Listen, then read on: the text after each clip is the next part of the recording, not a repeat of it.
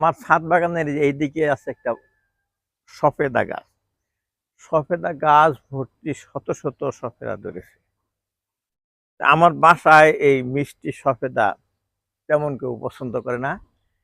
এগুলি আমি ডেইলি একটা দুইটা করে নিয়ে যাই, পাকিয়ে খাই। এটা পাকানোর কিন্তু নিয়ম আছে। পাকানোর নিয়ম হলো ওই সফেদা এক পলিথিনের মধ্যে পেঁচিয়ে চাউলের ড্রামের ভিতর রাখি। দু একদিন পর বের করে আমি টিপটা দেখি পাকছে কিনা।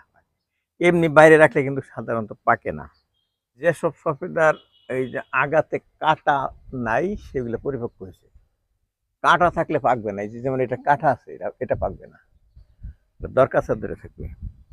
আমি দেখবো যে এটা কাটা নাই, সেই কাটা নাই যেটা সেটা ছিল। এটা এটা বড় হইলে কিন্তু এটা কাটা আছে, এটা এটা তুলবো না।